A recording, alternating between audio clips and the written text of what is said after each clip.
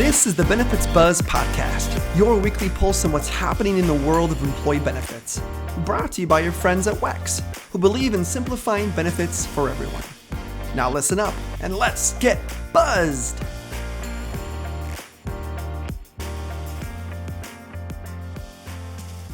Hey everyone, welcome to another episode of Benefits Buzz. I'm your host, Nathan Coverstone, and today I'm joined by one of our HR co-hosts, Jessica Jurgensen. Jessica is an HR Senior Agile Project Manager here at WEX. You know, Jessica, at the end of January, President Biden informed Congress that he plans to end the two COVID-19 national emergencies on May 11th, 2023. But recently, House Joint Resolution 7 passed, and both the House and the Senate, and was delivered to President Biden on April 5th, 2023, resulting in the possibility of an immediate termination ahead of that expected May 11th, 2023 date. So from an employee benefits and COBRA perspective, this would mean the temporary extensions introduced during the COVID-19 emergency will also expire. So that end of the national emergency would also mean other changes regarding healthcare costs. So really in today's episode, we're really hoping to discuss what the end of the COVID-19 national emergency means for our world of benefits, COBRA, FSAs, and more. And with that, I'm very excited to introduce our guest today, Jill Longo. Jill is Director of Compliance for the Health Division here at WEX and has just a wealth of knowledge on this topic. Jill, welcome to Benefits Buzz. Hi, Nathan. Thank you for having me. It is my pleasure. Thank you so much for being here. Right out of the gate, I have a question for you, if I could. Can you kind of give us a brief overview of what the COVID-19 national emergency was and why its ending could significantly impact both employers, their HR teams, and even individual employees? Sure. So the national emergency that was put into effect in March of 2020, it affected certain timelines for COBRA and employee health benefit plans. The extensions were first announced by the Employee Benefit Services Administration back in 2020. It provided qualified beneficiaries, COBRA qualified beneficiaries, additional time to make certain notifications about their qualifying events and things such as when they became eligible for disability, they had extra time to let their employer know about those things. They also had additional time to elect COBRA and to make premium payments. It was extended during this national emergency period so that they had a little more leeway and with regard to COBRA. It also gave employers a little extra time in making and providing notices to COBRA qualifying individuals. So there were a couple of things related to COBRA and then a couple of extensions related to employee health benefit plans, such as an extended amount of time to submit claims, an extended amount of time to submit appeals, and an extended amount of time to perfect any requests, to make a request or perfect a request for external review if that is something that the plan is required to have. So that is what the national emergency did. Now there is a slight difference. There's also a public health emergency, which sometimes people get those two confused. But what I was just talking about was the national emergency.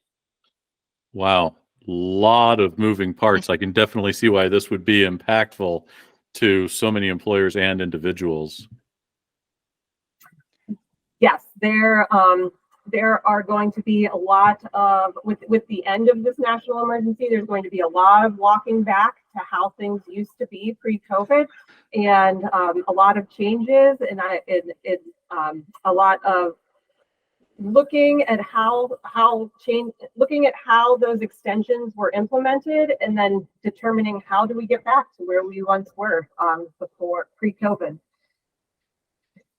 Perfect. Yeah. Thanks, Jill, for that overview of everything. On that note about rolling things back and getting to how things were in the past, how will this impact COBRA specifically? You touched on a couple things, but anything to dive into more detail there?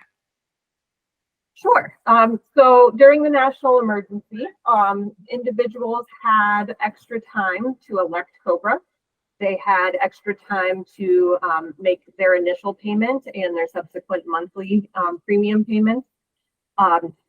So for example, pre-COVID, the normal COBRA rules, they allow an individual 60 days to elect COBRA after they've received their their notification from their employer about their qualifying events. They receive their election notices.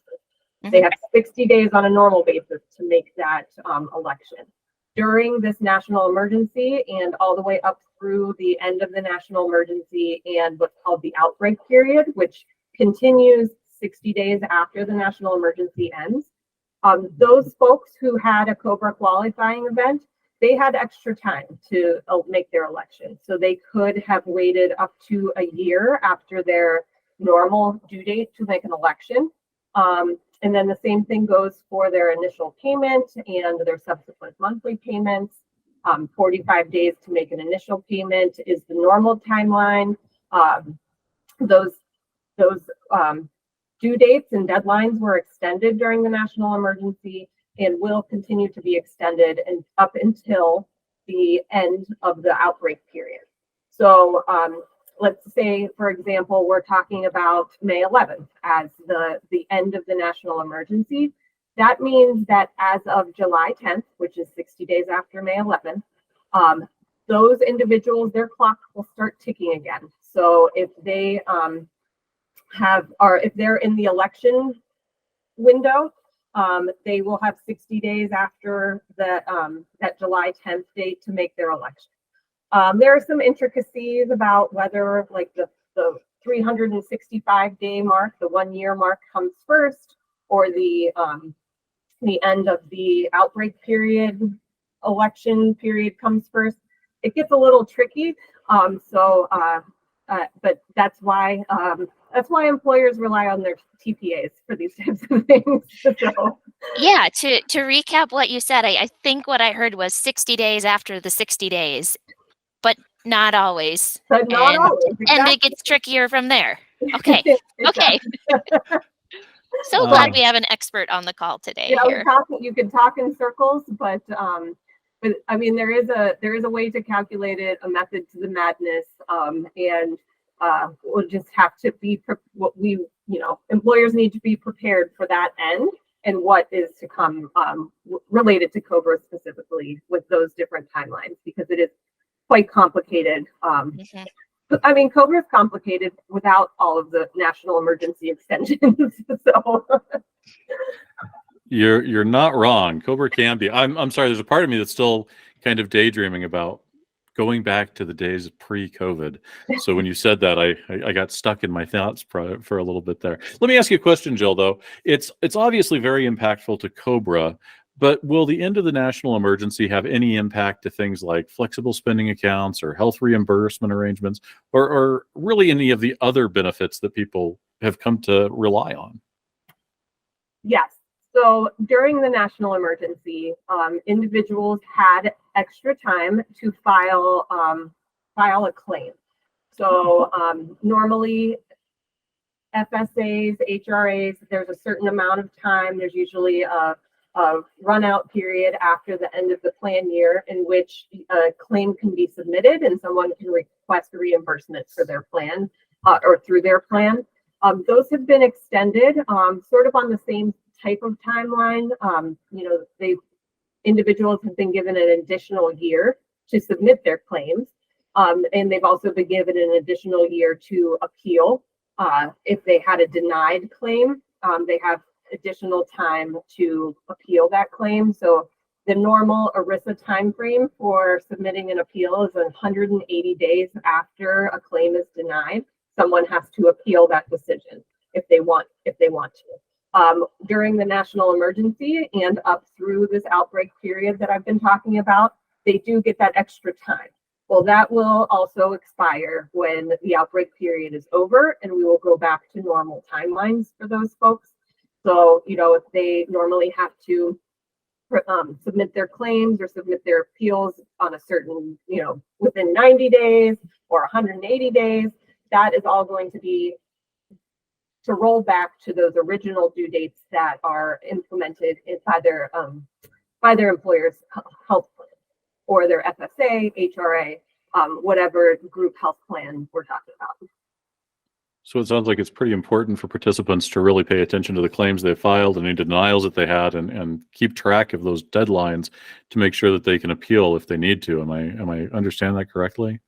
Yes, absolutely. It's going to be important for folks to remember that they have that they're going back to whatever their plan document said pre-COVID.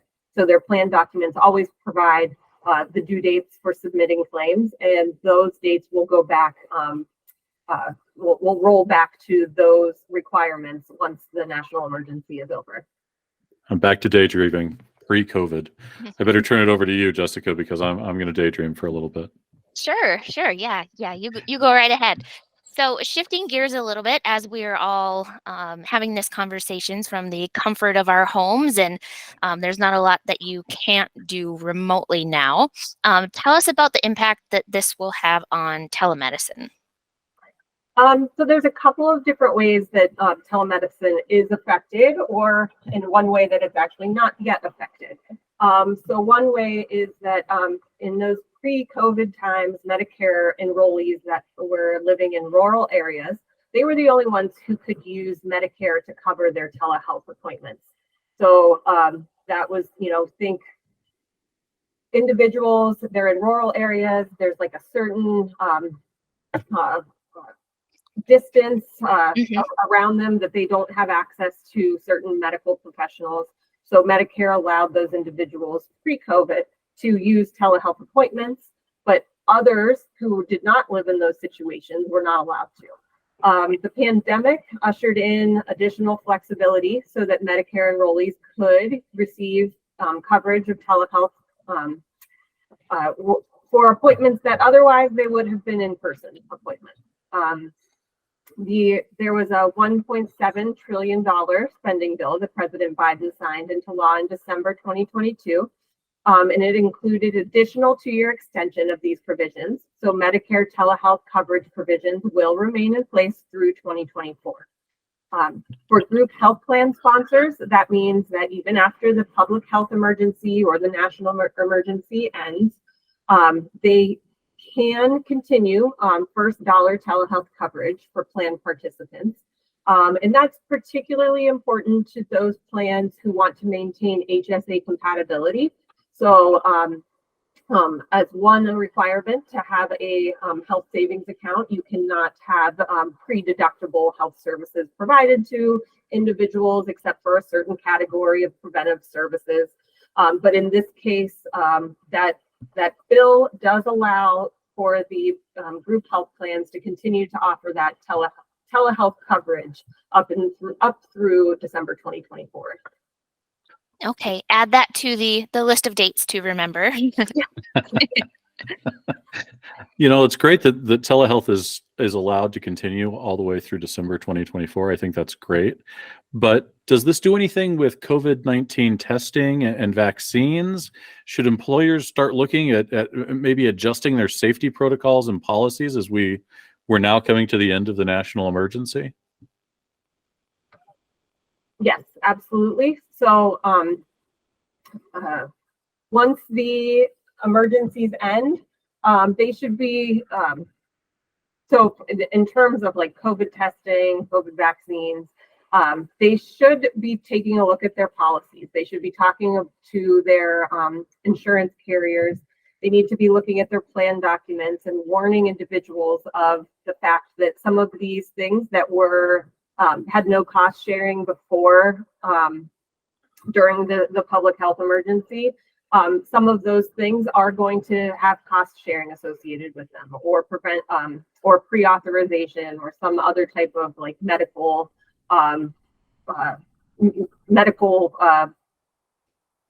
management on the part of their group of their health insurer. So that is all specific to the public health emergency, a little different than the national emergency.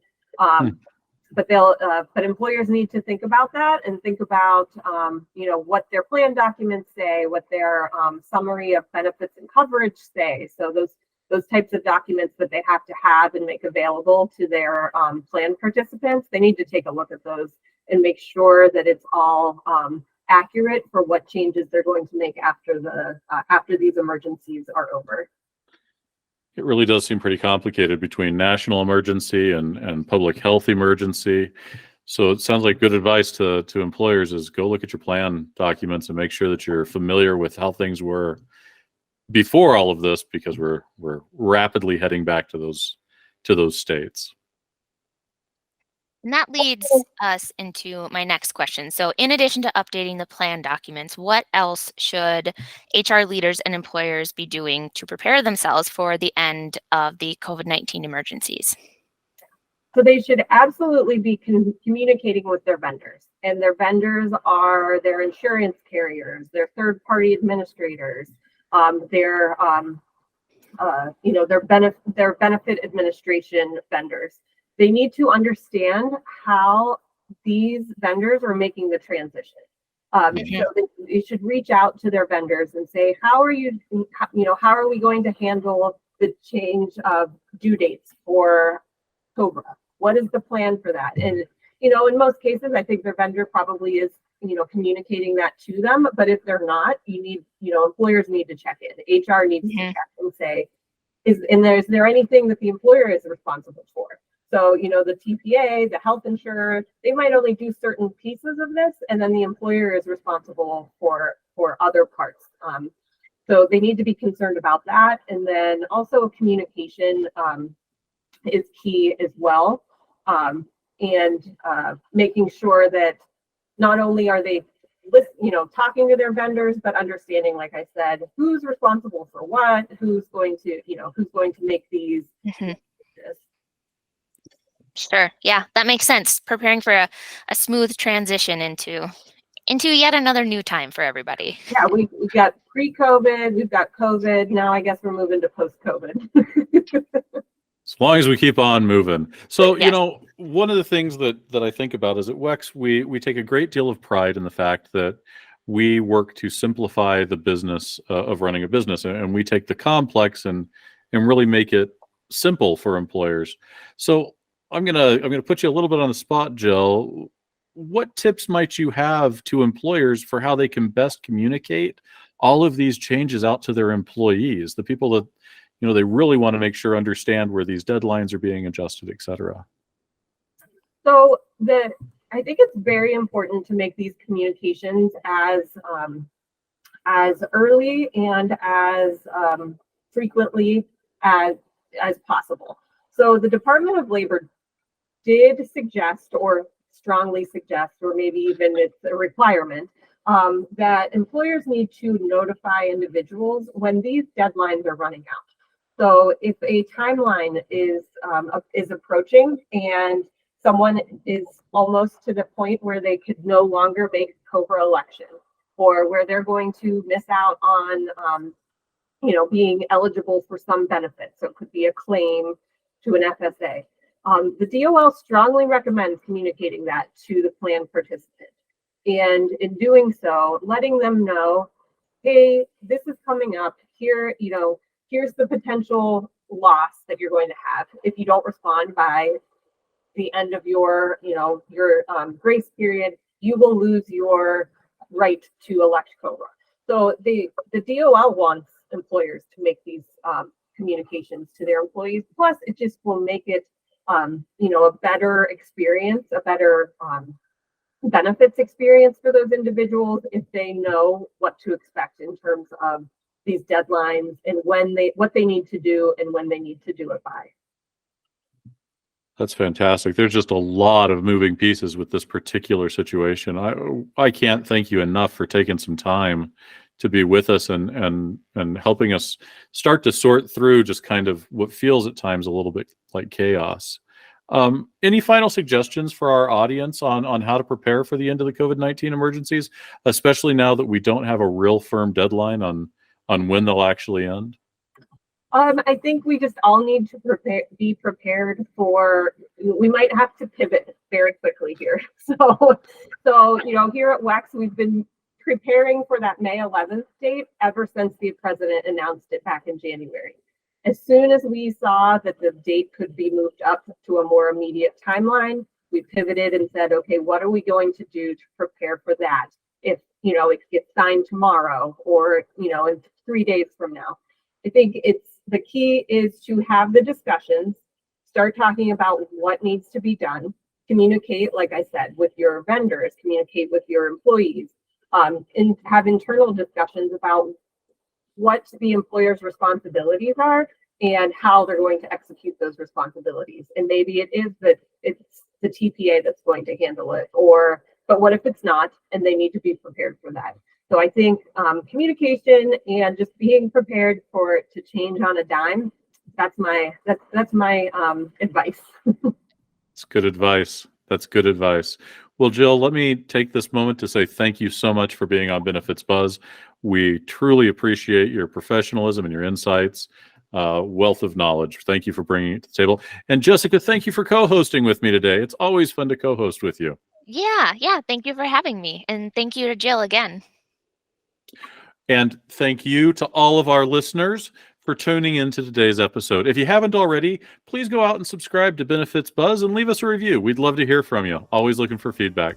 Thanks, everybody.